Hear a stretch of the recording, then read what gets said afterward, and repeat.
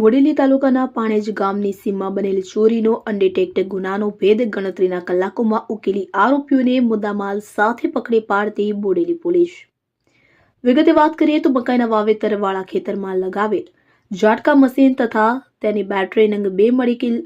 કુલ કિંમત ₹20,000ની કોઈ અજાણ્યા ચોરીસમ ચોરી કરી લઈ ગયેલ।